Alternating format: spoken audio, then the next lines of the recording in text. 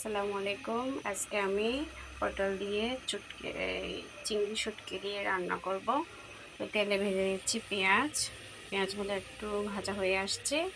এ পর্যায়ে আমি এই চিংড়িগুলো দিয়ে দিচ্ছি। এখানে আমরা চিংড়ি বাটা ছিল, সেগুলো দিয়ে দিয়েছি সাথে করে। তো এগুলো দিয়ে আমি আজকে পটল রান্না করব। দেখেন ভিউয়ার্স, এগুলো কষানো হয়ে গেছে। এই পর্যায়ে আমি পটলগুলো দিয়ে দিচ্ছি। একটু নেড়ে ছেড়ে দিচ্ছি এবার এগুলো দিয়ে।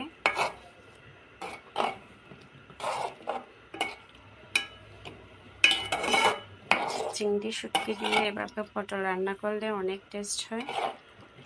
তো এইভাবে আমি আরও 10-15 মিনিট প্রায় রেস্টে রাখবো।